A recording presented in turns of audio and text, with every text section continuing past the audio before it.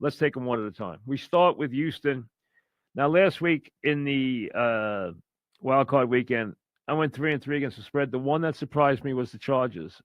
Um, I thought my two best bets last weekend were Buffalo one, which I thought was a complete lock, and I thought Chargers too. I didn't like Houston going in, but they stopped the Charger running game, and Herbert imploded. Everybody imploded for the Chargers except Lad McConkey, who was just absolutely brilliant. He really is. Um, give Houston credit.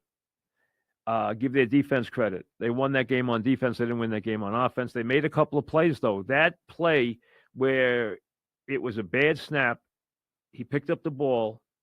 It was 3rd and 16. He rolled right and hit Hutchinson back across the middle for about 34 yards. That and the 27-yard scramble, because he's not really a running quarterback, were the two plays that were back-breaking plays for the Chargers. But when you turn the ball over 4 times on the road, you're going to lose. That's all there is to it. Houston now, though, is in a different place. They are 0-5 lifetime in the divisional round, and they go into the Lions' den, going into Arrowhead to face a very rested, very healthy Kansas City Chief team. It is not a tall order. It is almost an impossible order. Chiefs are 8.5-point favorites. They're not bigger than that because we know that they have this propensity for winning games between 1 and 7 points. We know that has been resting really since Christmas. You have a team that is home, doesn't lose, and you have to topple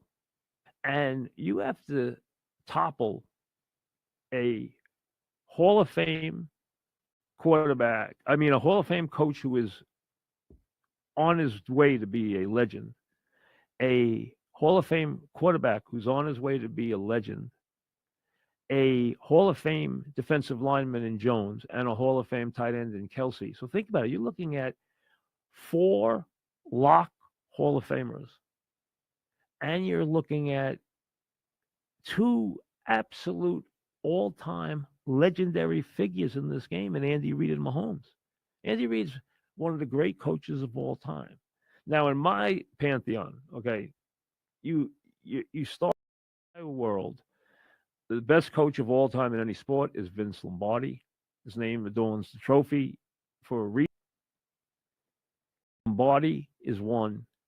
Paul Brown is 2 because everything that anybody does as ritual, as habit in the NFL, is done because Paul Brown invented it. Paul Brown is the father of modern football, without any question, the most innovative. And you think about trees, and Andy Reid is the descendant from Paul Brown because you have Brown to Walsh, Walsh to Holmgren, Holmgren to Andy. And that Walsh tree has been very impressive. That Holmgren tree has been very impressive. The Parcells tree, which has gotten very, very good. And of course, now McVay is developing his own tree as at a very young age, as a matter of fact. But Andy's that direct descendant from Holmgren to Walsh, right up the line. Now, the biggest thing the Chiefs had to do was figure out how to try to see if they could do anything to help their tackle situation. They were extremely vulnerable at tackle. And to me, that is, again, the key to this game. If Houston is going to do anything in this game, they are going to expose the Kansas City tackles. Now, All right, so I agree. Obviously, it doesn't take a genius to say that the Chiefs are, as close as it gets to a lock. Um, but in my opinion, um, I will say this now: you have the same situation in the NFC with the Lions and the Commanders, and you have teams that are very, very hard to see losing in big games. However, um, I'm just going to go by the history of the NFL. But with the Rams Eagles, the Chiefs Texans, and the Commanders versus the Lions, you have games that I can't see being three chalk games. As much as it's very easy to pick, you know, the Eagles, the Chiefs, and the Lions. Anyway, back to the Houston Texans. C.J. Stroud, Nico Collins, their defense. You mentioned the tackle situation that Reed fixed because he's a great coach, and he is a great coach. Um, and Mahomes is a generational quarterback, but they do have a tendency with teams that can put up points. And Houston is one of these teams. They are explosive. They were not explosive against the Chargers, but you cited the Chargers' sloppy play. I cite the great play of Houston's defense. They made big plays in big times. If you do that against the Chiefs, that is the recipe to upset any powerhouse. As good as the Chiefs' defense is, and I agree, Chris Jones is as good as Aaron Donald at the defensive tackle position. And I've never seen the person, to be honest, that comes to mind is Lawrence Taylor. From a different position, he would cause turnovers in the playoffs in big moments. And that is, from a defensive standpoint, that's what makes you a player that changes the way a football game is played. When you can force a turnover in the fourth quarter, that is hard to plan around. And Jones has done that multiple times and did it in the regular season this year against the Bengals, who almost beat them early on. But Houston, the Chargers turned the ball over four times. Herbert, you want to blame it on their quarterback? Fine. I mean, they also gave him looks on defense that made him throw picks. Don't forget, he threw 4 interceptions. This guy threw 3 picks all year. You got to give some of the credit to the defense. And it's very hard I'm not saying that the Chiefs are the worst team. They're obviously the supreme team in the NFL, but it is very hard to have this level of performance at a sustained level every year. The Patriots didn't have 3 peats. This doesn't really happen. So, the best team ever, the 18-0 Patriots, lost to the Giants. I could see this being the upset. I really could. And you talk about coaching trees. Sure, you have D'Amico Ryans on the other side, very young coach, but that is something that I feel will come into play in very close games, and if this game comes down to the wire, you'll see, that a well-coached team will win. But I would just like to say that an 8.5-point spread, even in Arrowhead. We look at the time the Chiefs have had off. They've had 2 weeks off because they had the bye last week. They rested their players in the final week. I'm going to look at that as a negative because Houston, as an underdog, wins big on the road. I think that they are going to come in hyped. And if the Chiefs start out rusty, don't underestimate the momentum. All right, so, that's my feeling on that. I just feel like it could be over for the Chiefs, at least this year. All right, so we have a second game to talk about. The second game is Washington, Detroit. The question here is just how good can Daniels be? Because Daniels is the whole. If Daniels wasn't in this game for Washington, Washington gets beat in this game by 35 points. But that kid is dangerous, extremely dangerous, and he controls the game. The Lions are unstoppable on offense. The second game is Washington, Detroit. The question here is just how good can Daniels be? Because Daniels is the whole. If Daniels wasn't in this game for Washington, Washington gets beat in this game by 35 points. But that kid is dangerous, extremely dangerous, and he controls the game. They're very good on third down. They're very good on fourth down. Punts are going to be a rarity in this game because anything on the 4th and 5, anywhere out past the 30-yard line, they're all going for it. I mean, this is the go for it game. That's what it is. This is the go for it game. You're not going to see a lot of punts. You can see a lot of fourth down conversions. That's the way this game is. The Lions are unstoppable on offense. Case closed. They have. You can debate whether the Eagles or the Lions have the best offensive line. We can sit there and debate it for an hour. Doesn't matter. They both have great offensive lines. You have here a powerful, great offensive line. And they're going to score right now. You can write it down over 35 points in this game. The question is, how many does Washington score? Now, if you ever had a game that was destined for a backdoor cover, this is your game, and that's your fear here.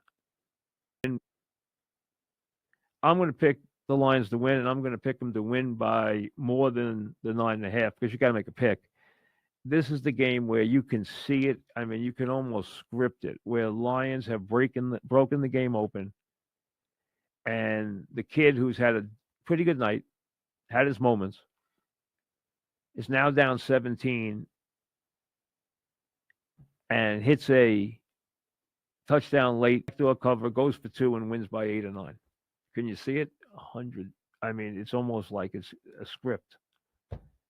You can see the backdoor cover here. Unbelievable. I mean, the Lions are not that good on defense. They're going to let up in the last 2 or 3 minutes if they're winning by double digits.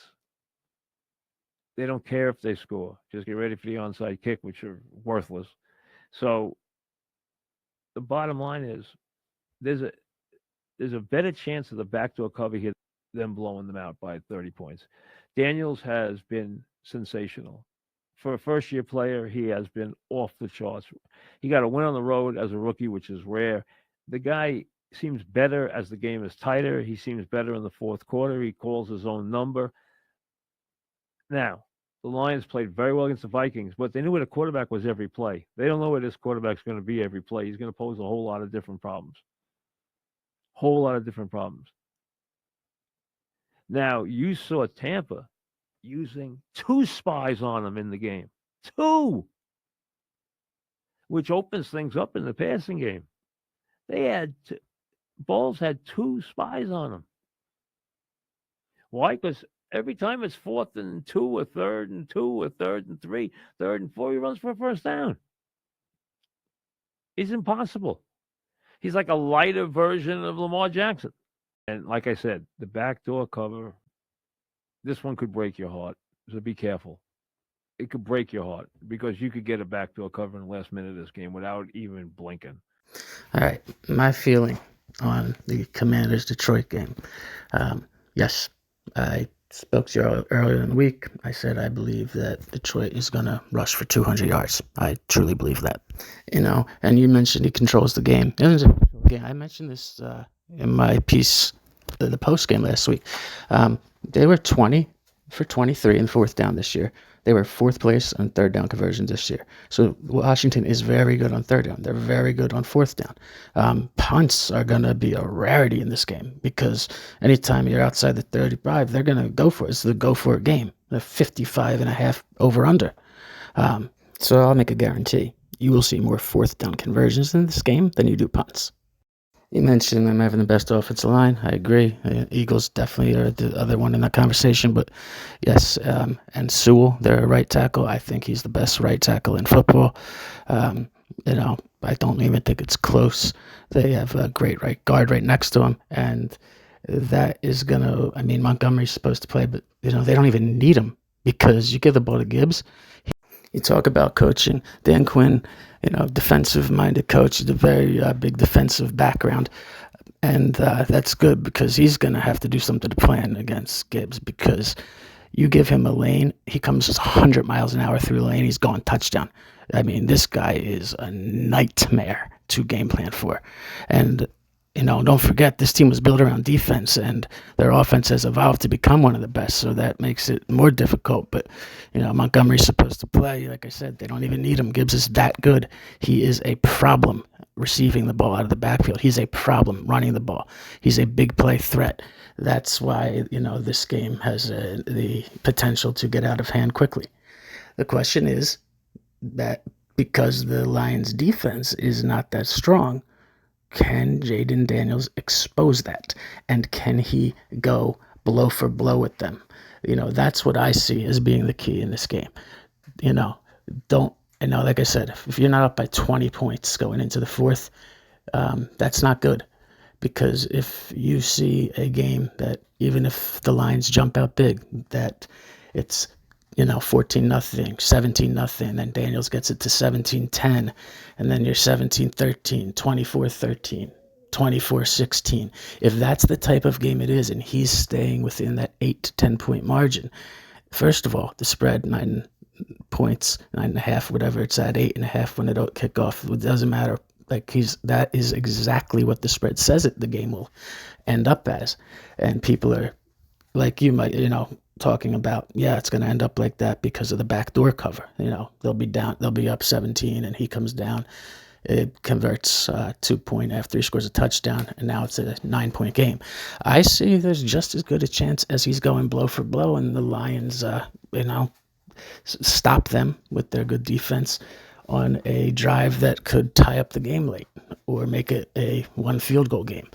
You don't know. The question is, how good is Daniels? And he's a rookie. So, like I said, there will be an upset today. I'm really confident in that. And it's not a popular opinion.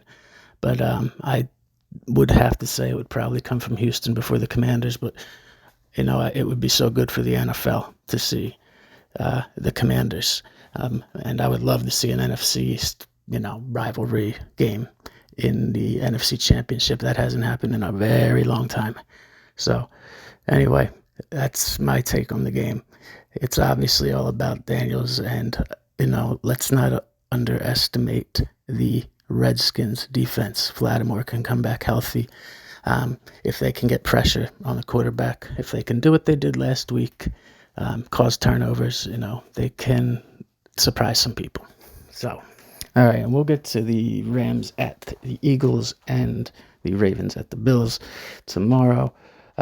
But like I said, I don't like the favorites as bets today, and I do believe that one of the underdogs is going to win today's game. game. Under a touchdown, the favorite usually wins. When you get up to 8.5, 9.5, 10 points, sometimes you get beat on the back door because they're up 2.5, 2+ scores, 17, 20 points, and then they get beat on the backside. I like the favorites. I think Kansas City absolutely wins against the Texans. I think the Lions win for sure. I'd be stunned, just like I'd be stunned if Houston won. I'd be stunned if Washington won. I would not be stunned if the Rams won. Because enjoy your football. We'll see you Saturday, Sunday, and Monday right on the Bet Rivers Network on YouTube. Have a good day.